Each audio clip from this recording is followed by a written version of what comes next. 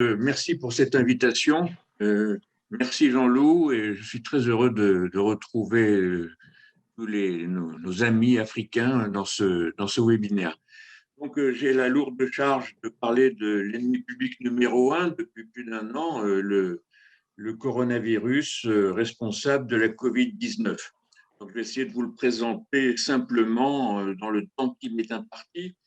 Alors, ce virus, on commence à connaître un peu sa figure maintenant. C'est un virus sphérique qui est un virus à ARN. Alors, son ARN, il est pelotonné au cœur de ce virus avec des protéines qui sont des nucléoprotéines. Donc, ça constitue la nucléocapside. Et puis, autour, il y a une membrane, une enveloppe. C'est un virus enveloppé.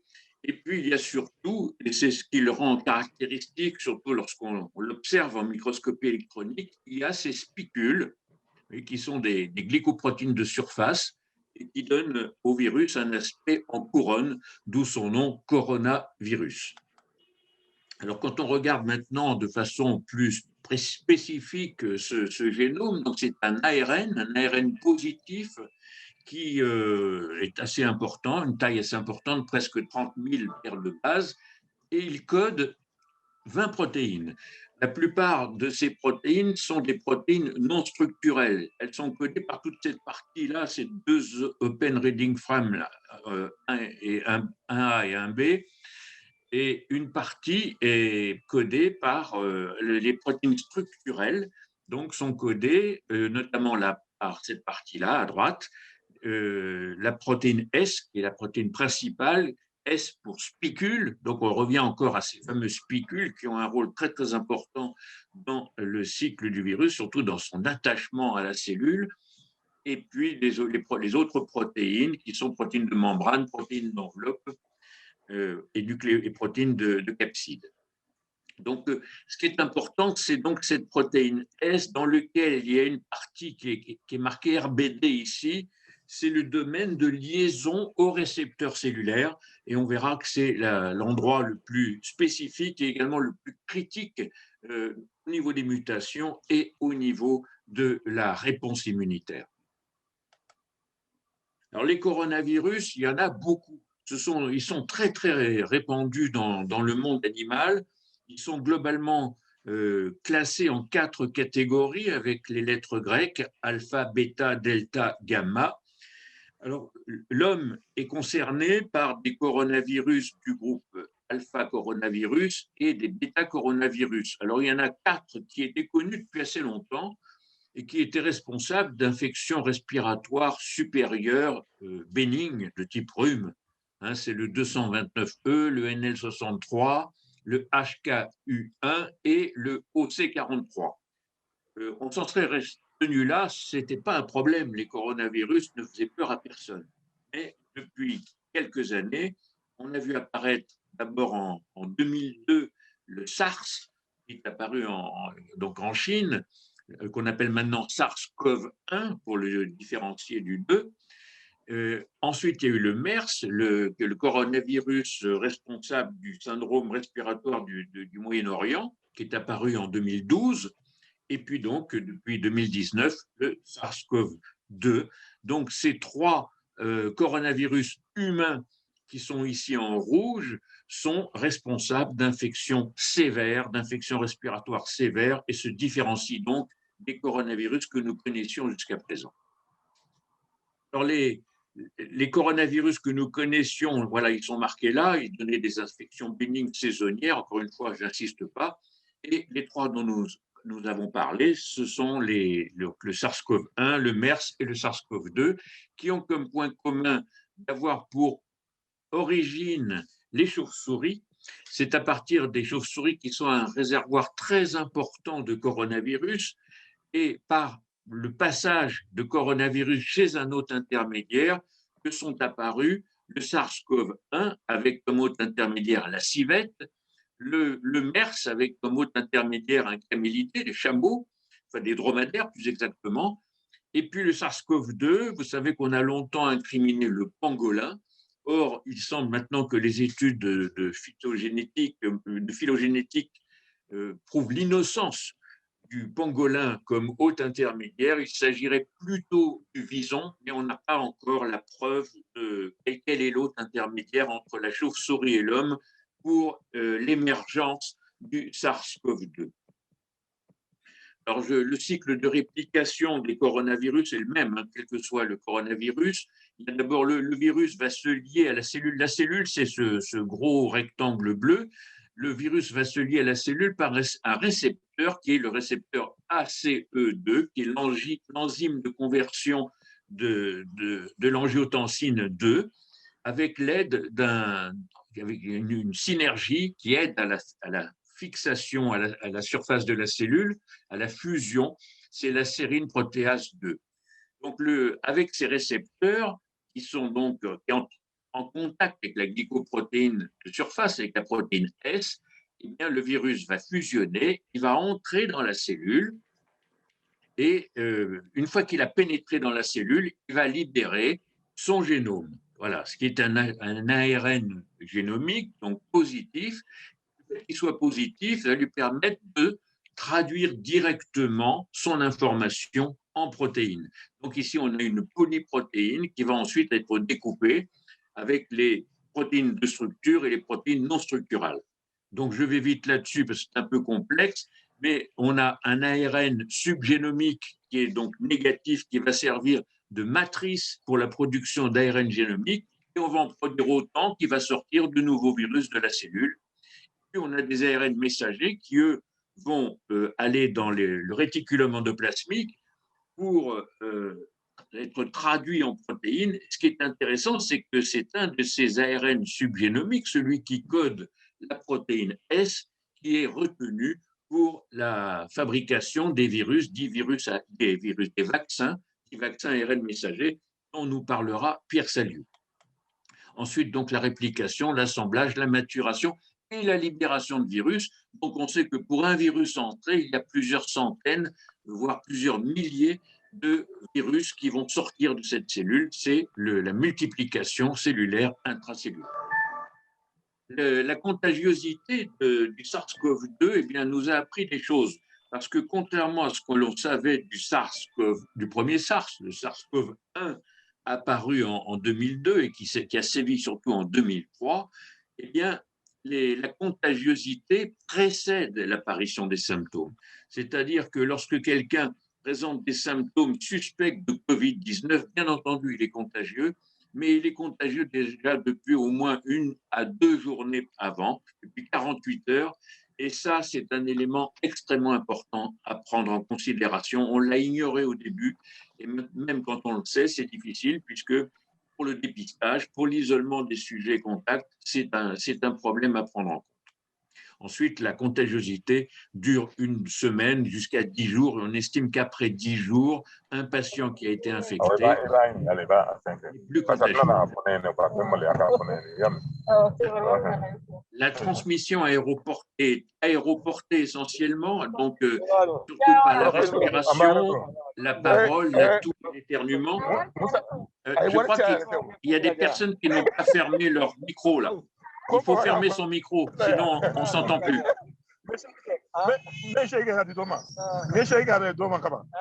Il faut fermer son micro là. Regardez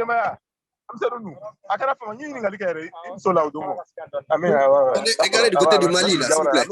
S'il vous plaît, veuillez fermer le micro. Merci. Voilà. La transmission se fait essentiellement par voie respiratoire, donc à l'occasion de la parole, la toux, l'éternuement. Donc, ce sont des postillons.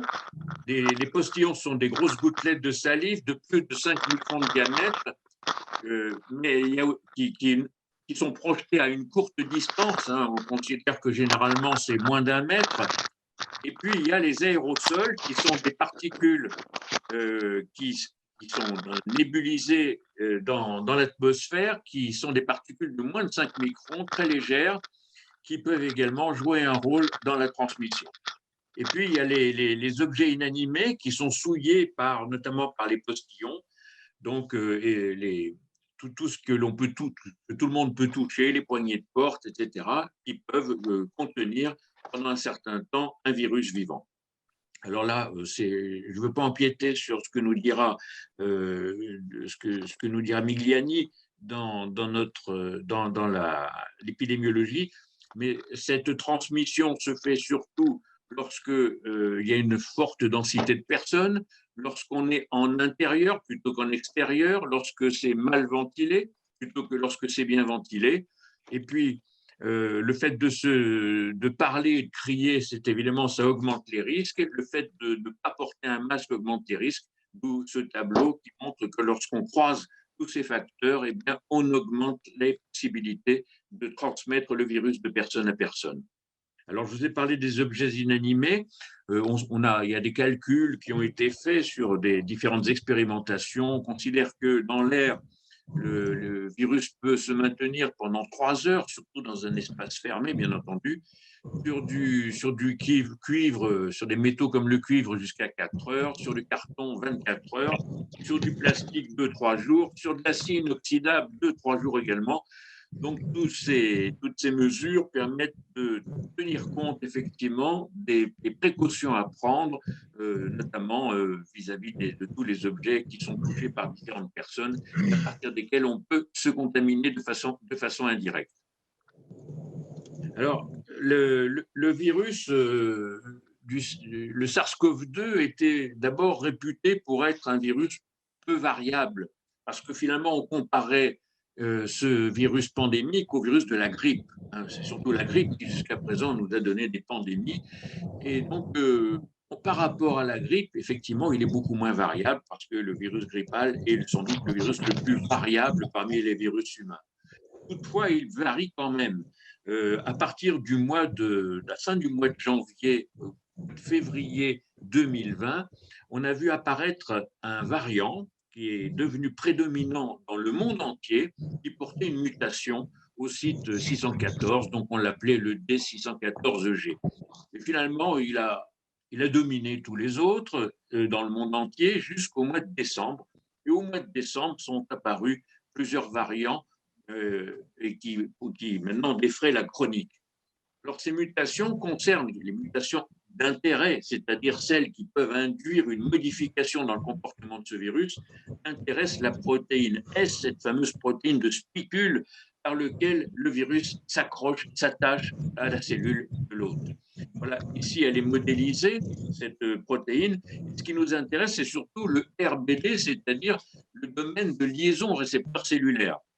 Alors, il est grossi ici et on voit là quelques sites qui sont les sites de mutation d'intérêt.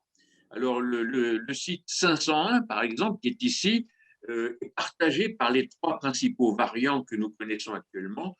C'est un site, cette mutation N501Y rend le virus plus transmissible, ça c'est évident. Ensuite, il y a d'autres sites comme le site 414 qui participe également à la transmission, et puis le site 484 qui est plus inquiétant, qui est partagé par le variant sud-africain et le variant brésilien, et qui induirait une certaine résistance, une résistance partielle à l'immunité, l'immunité induite soit par l'infection, soit par la vaccination. Alors ces 3 principaux variants, vous voyez que depuis le mois de décembre, ils se sont, en Europe du moins, on les suit par séquençage, ils se sont répandus depuis la fin du mois de décembre, d'abord le variant britannique, puis le variant à partir du mois de janvier, le variant sud-africain, et à partir du mois de février, on voit apparaître le variant brésilien, mais qui reste de toute façon actuellement minoritaire par rapport au variant britannique. Alors, quelques mots sur le diagnostic. Le diagnostic du SARS-CoV-2 est surtout un diagnostic direct. La méthode de référence, c'est la mise en évidence du génome du virus, c'est-à-dire de l'ARN viral, par RT-PCR, c'est-à-dire on fait une reverse transcription et suivie d'une amplification du génome, donc c'est le principe de la PCR. Et donc, ce test se fait à partir d'un prélèvement rhinopharyngé. Ce prélèvement rhinopharyngé, on a beaucoup vu faire, on en a beaucoup parlé. Il doit être fait dans de très bonnes conditions, il doit être prudent, mais profond. Il faut aller chercher ici, c'est-à-dire au fond du rhinopharynx, les sécrétions pour avoir une bonne rentabilité de ce prélèvement. Ensuite, donc, on a un thermocycleur et on a après les résultats de cette PCR qui est une PCR quantitative en temps réel qui permet donc d'avoir une vision quantitative de la présence du virus ou bien de son absence. L'autre moyen de détecter le virus de façon directe, c'est de rechercher son antigène. L'antigène, donc des protéines du virus que l'on peut repérer par une réaction antigène-anticorps. Là encore, c'est un prélèvement nasopharyngé. Et puis, c'est un test que l'on peut réaliser rapidement. On fait une extraction et on fait une lecture sur ce qu'on appelle une savonnette. Hein, c'est un système d'immunochromatographie qui permet de donner le résultat positif ou négatif en moins de 20 minutes. Le test est moins sensible que la PCR, mais il est beaucoup plus facilement réalisé parce que la PCR demande au moins 24 heures pour avoir un résultat. Je ne sais pas pourquoi il y a des lignes qui apparaissent là. Le diagnostic indirect de la COVID-19 se fait par la recherche des anticorps. Alors, il y a deux types d'anticorps, les IgM qui apparaissent en premier, c'est la ligne verte, mais qui disparaissent assez rapidement, et les IgG, de la classe des IgG, qui apparaissent un peu plus tardivement, vers le 14e jour, et qui vont durer plusieurs mois, au moins plusieurs mois. En fait, ce tableau est un peu indicatif parce que on sait que, par expérience, si on retrouve cette séquence chez beaucoup de patients, un certain nombre de patients ont une apparition des anticorps tardive, fugace et parfois non détectable. Alors, pour terminer ce rappel sur le virus, je vais simplement redire les points forts de cet exposé. Les coronavirus sont des virus ARN, ils sont très répandus dans le monde animal. C'est de là que sont venus donc le SARS-CoV-1 et le MERS, et on sait qu'il en viendra d'autres, hein, puisque le monde animal regorge d'une très grande variété de coronavirus. Ils ont la capacité de muter, de s'adapter de faire le franchissement de la barrière d'espèces et donc d'infecter des espèces auxquelles ils n'étaient pas accoutumés, comme l'espèce humaine, malheureusement. Donc, ce sont des virus, il faut savoir qu'ils sont enveloppés et peu stables dans le milieu extérieur. Donc, non seulement ils sont peu stables dans le milieu extérieur, mais ils sont très faciles à éliminer avec simplement des détergents ou des antiseptiques ordinaires. Alors, ils ont des mutations fréquentes, ils mutent tout le temps. La plupart de ces mutations n'ont pas de suite, mais certaines de ces mutations donnent un avantage aux mutants, ce qui est lorsqu'ils cumulent plusieurs mutations avantageuses, eh bien cela devient des variants qui vont supplanter les virus précédents. C'est ce que l'on observe actuellement, notamment avec le variant britannique. Ce sont des virus très contagieux. Vous connaissez le R0, qui est la capacité donc de transmission d'une personne à l'autre, qui est supérieure au R0 de la grippe, bien inférieur bien sûr à celui de la rougeole, mais ce R0 peut augmenter justement avec l'apparition de variants plus transmissibles. Enfin, il est peu immunisant, donc on aura besoin de la vaccination. On en a un très grand besoin pour suppléer l'immunité induite par l'infection naturelle. Donc, toutes ces qualités, on peut dire, pour un virus, et ce sont des qualités, font que les coronavirus en général, et le SARS-CoV-2 en particulier, sont de bons virus épidémiques, c'est pandémique même, c'est-à-dire dans des virus qui réunissent toutes les qualités pour provoquer des pandémies, donc à surveiller dans l'avenir. Voilà, je vous remercie. J'espère que je n'ai pas trop dépassé le temps qui m'a été accordé. Non, merci beaucoup, Yves. Non, non, très bien, le temps parfait. Donc, si certains veulent poser des questions, c'est le moment, pendant 10 minutes, on va pouvoir le faire. Donc, quand vous voulez poser une question, vous allumez votre son et vous posez la question.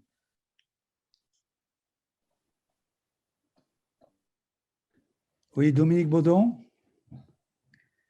Bonjour Dominique. Oui, bonjour Igor. Oui, j'avais une question d'abord sur le problème de l'immunité. Parce que tu nous as dit qu'il était peu immunisant et que donc la vaccination était nécessaire pour suppléer à cette faible immunité donnée par le virus. Est-ce que ça veut dire en fin de compte que celui qui a été malade n'est pas immunisé ou très peu immunisé et qu'il est donc nécessaire quand même de le vacciner? Si je peux poser une autre question à propos du R0 qui est égal à 3,3. J'ai toujours été surpris par le fait que les enquêtes qui ont été faites à l'étranger ou par Pasteur ont montré qu'en fait, aujourd'hui, on estime qu'il y a environ 10 à 15% de la population française qui a été en contact avec le virus. Avec un R0 de 3,3, bien sûr, plus faible quand il y a les gestes barrières, mais il y a quand même eu des périodes où il n'y avait pas les masques, etc. Il y a eu des périodes où les gens se sont libérés. Normalement, avec un R0 égal à 3,3, on aurait dû avoir beaucoup plus de personnes contaminées. Alors voilà, je voulais te demander ce que tu en pensais. Oui. Alors, je vais d'abord répondre peut-être à celle-là, enfin, ou encore le fait que l'immunité. C'est un virus qui immunise, mais qui immunise. On ne sait pas encore la durée d'immunité. On a pu le mesurer pour le SARS-CoV-1. L'immunité n'excédait pas 2 à 3 ans dans le meilleur des cas. Mais chez beaucoup de patients infectés, elle disparaissait très rapidement. Alors maintenant, on manque encore beaucoup de recul pour savoir effectivement quelle sera la durée et la qualité de l'immunité induite par l'infection naturelle, mais on a déjà un grand nombre d'observations dans lesquelles des sujets ont été réinfectés. Alors bien sûr, ils ont été réinfectés probablement à la suite de mutations survenant dans le domaine RBD, là, dont on a parlé. Ça veut dire quand même que l'immunité n'est pas très solide, du moins chez un certain nombre de personnes. De toute façon, elle devra être complétée par la vaccination. D'ailleurs, ça corrobore les notions qu'avaient les vétérinaires, parce que les vétérinaires connaissent beaucoup mieux les coronavirus que les médecins. En effet, il y a beaucoup d'infections des zoonoses, d'infections animales qui sont dues au coronavirus. Et les vétérinaires ont constaté que c'était très difficile de les immuniser parce que l'immunité naturelle n'est pas bonne et que même ils avaient beaucoup de mal à mettre en place des vaccinations. C'est vrai qu'à l'époque, ils n'avaient pas testé les vaccins ARN messagers. Alors, pour ce qui est du R0, oui, alors c'est le R0, je pense, c'est très difficile parce que c'est le R0 qui est calculé quand on ne prend aucune mesure particulière pour freiner sa dissémination dans la population. Et puis, deuxièmement, les taux d'infection qui sont mesurés dans la population reposent sur des enquêtes séroépidémiologiques. Il n'y en a pas eu tant que ça. Elles n'ont pas été très, très souvent répétées et de très à grande échelle. Ce serait peut-être intéressant de le faire. Ce serait sûrement intéressant de le faire. Mais je pense qu'on sous-estime probablement par les enquêtes épidémiologiques, séroépidémiologiques qui ont été faites, je pense qu'on sous-estime encore beaucoup le nombre de patients qui ont été, de personnes qui ont été en contact avec le virus. Merci Yves. Est-ce qu'il y a d'autres questions? Moi, Victoire. Oui, Victoire. Voilà. Du Cameroun. Du Burkina Faso. Ah, pardon, oui. C'est Victoire Benao du Burkina Faso. Merci, professeur. Et moi, je voudrais poser la question des rapports du comportement du virus par rapport à la température. Parce que nous constatons que les différentes vagues correspondent aux températures, aux baisses de température.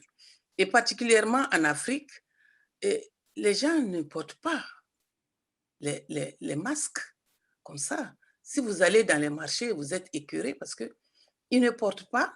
Et comme il n'y a pas beaucoup de contamination, donc ça fait qu'ils ne croient pas forcément au virus. Donc, nous avons vraiment des difficultés, en tout cas au Burkina Faso, nous avons des difficultés pour convaincre les gens à porter les masques. Alors, je me demande si ce n'est pas la chaleur qui fait que, bon, on a moins de contamination. En tout cas, je vous pose la question. Merci pour cette question qui est très importante et qui n'est pas encore complètement résolue. C'est vrai que la chaleur est un facteur important, puisque on sait que le coronavirus n'aime pas quand il fait chaud, il préfère quand il fait froid. Ça, c'est un fait. Mais en fait, quand on regarde les choses de plus près, c'est quand même plus compliqué. On a vu, par exemple, notamment au Brésil, on a vu des flambées épidémiques épouvantables alors qu'il faisait très chaud. Donc, la chaleur est peut-être un facteur qui intervient, mais n'est pas suffisant pour empêcher la transmission du virus. Alors, on a vu dans un certain nombre de pays tempérés l'été dernier qu'effectivement, l'épidémie s'était calmée pendant les mois chauds, les mois d'été. Mais il n'y a pas que la chaleur, il y a également l'ensoleillement, donc les ultraviolets qui sans doute ont un rôle, et puis le comportement des personnes, c'est-à-dire que quand il fait froid, on reste plutôt enfermé dans des lieux clos où la transmission est favorisée, alors que quand il fait chaud, on a tendance à vivre au dehors. Donc c'est un peu et puis il y a l'humidité. Alors l'humidité, c'est aussi un facteur complexe parce qu'il y a une zone d'humidité qui correspond à la meilleure transmission du virus. Donc, quand il y a beaucoup d'humidité ou quand il n'y en a pas assez. C'est assez complexe. C'est vraiment, on ne peut pas dire plus c'est humide et moins il se transmet, et plus c'est sec, et voilà, très difficile. Donc, mais ce qui est certain, c'est qu'il y a la conjonction de tous ces facteurs physiques qui intervient avec la susceptibilité humaine et les comportements humains. Donc, je crois qu'il faudra encore du temps et beaucoup de travail des épidémiologistes, des climatologues, etc., pour tirer le vrai du faux, pour savoir exactement ce qu'il en est. Pour l'instant, on observe effectivement que l'Afrique subsaharienne a été relativement épargnée par la pandémie et sans doute il y a d'autres facteurs que l'on méconnaît. La chaleur n'est pas le seul facteur, il intervient, mais ce n'est pas le seul. Merci. Encore une question, s'il vous plaît, puis on passera Oui, à je l'épidémiologie. voudrais poser une question, s'il vous plaît, si vous permettez. Oui, allez, vas-y. Oui, Jean-René de Madagascar. Merci beaucoup, professeur, pour cette brillante présentation. Je voulais juste poser une question. Est-ce que si une personne a été contaminée par d'autres espèces de coronavirus, je ne sais pas, vous avez parlé de corona alpha, bêta et tout ça, est-ce que cette infection peut le protéger de SARS-CoV-2 hein? C'est une hypothèse, hein? Oui, C'est-à-dire, est-ce qu'il a une immunité contre toute cette famille de virus ARN? Excellente question. Là encore, c'est une excellente question. Alors, réponse courte, probablement. Probablement, et le meilleur exemple, c'est qu'effectivement, ce serait l'explication du fait que les enfants font des formes moins sévères et résistent mieux finalement à l'infection par le SARS-CoV-2 que les adultes, parce que les enfants, c'est pendant l'enfance que ces coronavirus, dire bénins, enfin, responsables de rhume et d'infections bénignes, circulent le plus pendant la saison hivernale. Donc, ces enfants s'immunisent contre ces virus et il y a eu des travaux qui ont été faits qui montrent effectivement que dans une population, on a une immunité cellulaire, je parle d'immunité cellulaire, donc faisant intervenir les lymphocytes mémoire dirigés contre les coronavirus qui datent bien avant qu'apparaisse ce qu'a émergé le SARS-CoV-2. Donc, il est probable que qu'il y ait une immunité croisée acquise dans l'enfance, surtout liée à ces coronavirus. Mais malheureusement, cette immunité, elle existe, mais elle n'est pas suffisante pour faire obstacle à la propagation de l'épidémie.